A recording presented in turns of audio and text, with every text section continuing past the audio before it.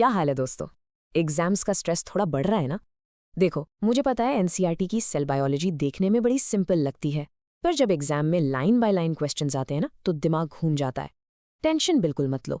आज के इस स्पेशल रिवीजन सेशन में मैं तुम्हारा स्टडी बडी रहूंगा, और मेरा प्रॉमिस है इस सेशन के एंड तक हम एनसीईआरटी की हर एक क्रिटिकल लाइन को ऐसे डिकोड और मेमोराइज कर लेंगे कि एग्जाम में तुम्हारा एक भी मार्क नहीं कटेगा। तो चलो सीधा शुरू करते हैं।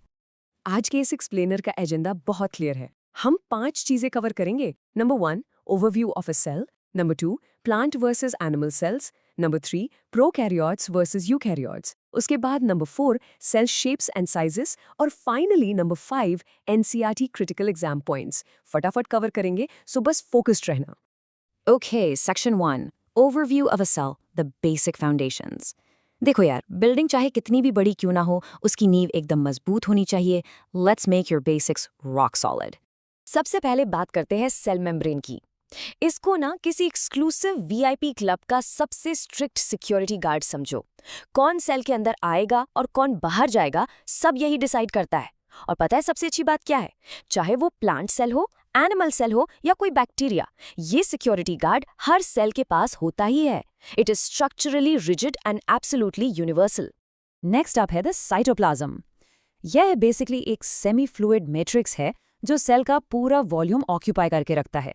इसको एक बहुत ही बिजी फैक्ट्री फ्लोर या एक बड़े से स्विमिंग पूल की तरह इमेजिन कर लो। सेल के अंदर की जितनी भी केमिकल रिएक्शंस या सेल्यूलर एक्टिविटीज होती है ना, वो सब इसी मेन एरिना में होती हैं। यही वो फैक्ट्री फ्लोर है जो हमारी बॉडी को प्रॉपर लिविंग स्टेट में मेंटेन करके रखता है। अब आते हैं सेल के एक्चुअल बॉस पर, द न्यूक्लियस। ये एक बड़ा ही डेंस मेम्ब्रेन बाउंड स्ट्रक्चर है। इसको तुम सेल का अल्टीमेट सीईओ ऑफिस या फिर अपने कंप्यूटर की मेन हार्ड ड्राइव मान सकते हो। ऐसा क्यों? क्योंकि इसके अंदर क्रोमोसोम्स होते हैं और उन क्रोमोसोम्स के अंदर सेफली पैक्ड होता है हमारा जेनेटिक मटेरियल यानी कि डीएनए। सेल का पूरा ब्लूप्रिंट और सारा डेटा यहीं स्टोर होता है। Moving on to section 2, plant vs animal cells, the great divide. पता है, ये एग्जैक्ट टॉपिक बोर्ड्स हो या कॉम्पिटिटिव एग्जाम्स, हर पेपर सेटर का ऑल टाइम फेवरेट है। यहाँ से एक क्वेश्चन तो आना ही आना है। ये डिफरेंशिएशन ध्यान से सुनना। प्लांट सेल्स के पास एक एक्स्ट्रा रिजिड प्रोटेक्शन होती है, which is the cell wall, जो कि एनिमल सेल्स में बिल्कुल एब्सेंट होती है। इसके अलावा प्लांट सेल्स में एक मैसिव सेंट्रल वैक्यूल होता है जो सेल का लगभग 90% वॉल्यूम ऑक्यूपाई कर लेता है, बिल्कुल एक जायंट वाटर स्टोरेज टैंक की तरह। और खाना बनाने के लिए इनके पास प्लास्टिड्स होते हैं। दूसरी तरफ देखा जाए तो एनिमल सेल्स में सेल वॉल और प्लास्टिड्स नहीं होते। उनके वैक्यूल्स भी काफी छोटे होते हैं, बट इनके पास एक स्पेशल वीआईपी फीचर है, सेंट्रियोल्स, जो प्लांट्स में कभी नहीं मिलते। तो अब इस वीआईपी फीचर की बात करते हैं। सेंट्रोसोम्स या सेंट्रियोल्स, ये सिर्फ और सिर्फ एनिमल सेल्स में पाए जाते हैं। ये नॉन मेम्ब्रेन बाउंड ऑर्गेनेल्स हैं, यानी इनके आसपास कोई कवरिंग लेयर नहीं होती। इनका मेन काम है सेल डिवीजन में सेल की हेल्प करना। जैसे कंस्ट्रक्शन मैनेजर्स ट्रैफिक डायरेक्ट करते हैं ना, जब एक बिल्डिंग को 2 पार्ट्स में डिवाइड करना हो, बस वही एग्जैक्ट काम सेंट्रियोल्स का है। ये एनिमल ओनली फीचर प्रैक्टिकली एक गारंटीड एमसीक्यू है, इसलिए इसको भूलना मत। Alright, section 3, prokaryotes versus eukaryotes, the evolution gap. अपना पूरा ध्यान यहाँ लगाना, क्योंकि अब हम न्यूक्लियस के बेस पर इन 2 मेजर कैटेगरीज को समझने वाले हैं।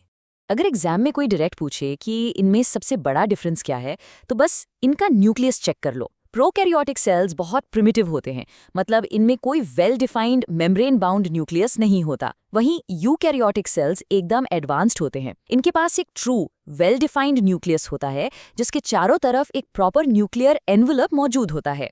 Let's look slightly closer at prokaryotic cells. ये बेचारे ना थोड़े प्रिमिटिव और बेसिक टाइप के होते हैं।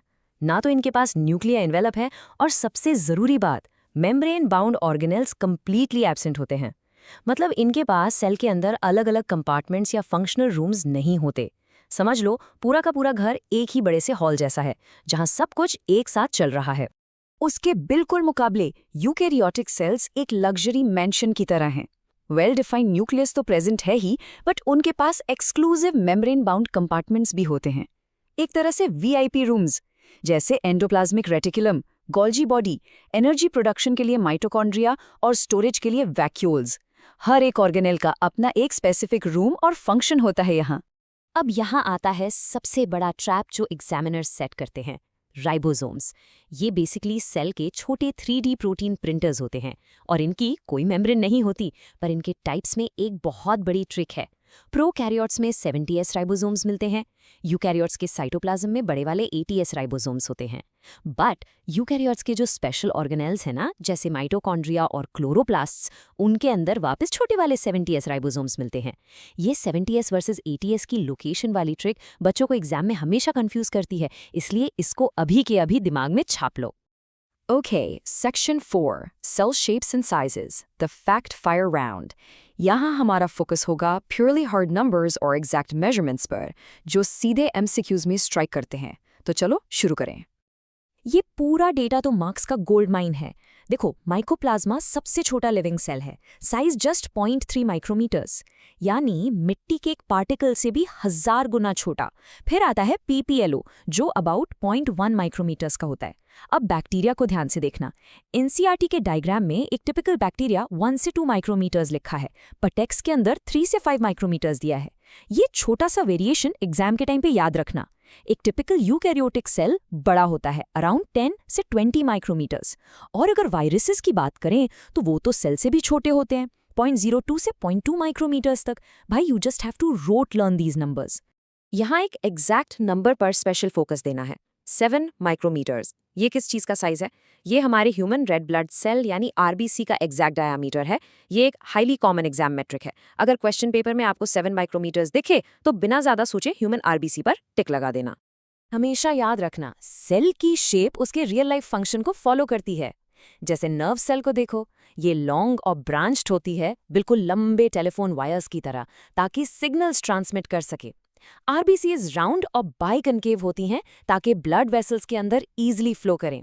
डब्ल्यूबीसीज अमीबॉइड होती हैं ताकि वो शेप चेंज कर सकें, बेसिकली हमारी बॉडी के शेप शिफ्टिंग बॉडीगार्ड्स।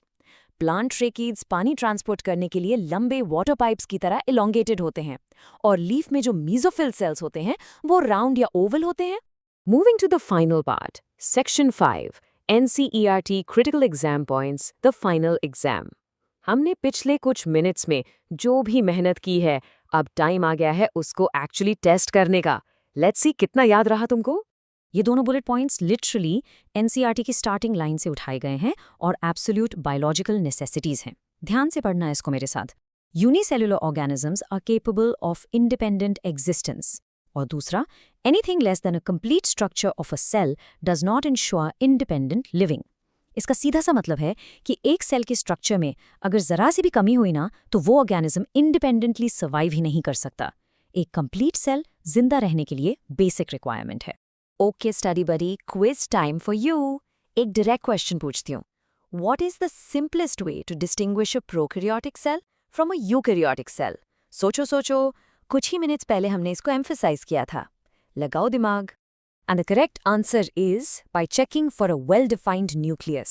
अगर तुमने भी यही सोचा था ना, तो बहुत बढ़िया यार, तुम्हारा फोकस बिल्कुल ऑन पॉइंट चल रहा है। यूकैरियोट्स के पास एक वेल डिफाइंड न्यूक्लियस होता है और प्रोकैरियोट्स के पास नहीं, एकदम सिंपल एंड स्ट्रेट फॉरवर्ड। चल, एक और रैपिड फायर क्वेश्चन फेंकता हूं तुम्हारी तरफ, just to keep you on your toes. Which non membrane bound organelle is universally found in all cells? चाहे वो एक प्लांट सेल हो, एनिमल सेल हो, या सबसे प्रिमिटिव बैक्टीरिया। ऐसी कौन सी चीज है जिसकी खुद की कोई मेम्ब्रेन नहीं होती और वो हर जगह यूनिवर्सल है? Absolutely right, the answer is ribosomes. और याद है ना वो क्रूशल डिवीजन जिस पे हमने इतना स्ट्रेस दिया था, प्रोकैरियोट्स में 70S वाले और यूकैरियोट्स में 80S वाले। एग्जाम में उस एक पर्टिकुलर ट्रिक को हमेशा याद रखना, वहां एक भी नंबर कटना नहीं चाहिए। Finally, let's look at this direct NEET 2020 check. What is the exact size of a pleuropneumonia-like organism, yani PPLO? The exact answer we memorized is 0.1 micrometers. अगर तुम्हें ये वैल्यू प्रॉपर्ली याद थी तो मान के चलो you are completely prepared for this chapter. तुम्हारा कॉन्फिडेंस अभी आसमान छूना चाहिए। इन कॉन्सेप्ट्स को प्रॉपर्ली रिवाइज करते रहना। बट जाने से पहले मैं तुम्हें एक थॉट के साथ छोड़ के जाता हूँ। सोचना जरा, अगर एक वायरस का साइज सिर्फ 0.02 माइक्रोमीटर्स का है और उसके पास किसी लिविंग सेल का एक भी कंप्लीट स्ट्रक्चर नहीं है, तो क्या वो वायरस सच में जिंदा है या सिर्फ नेचर की बनाई हुई एक डेंजरस केमिकल मशीन है?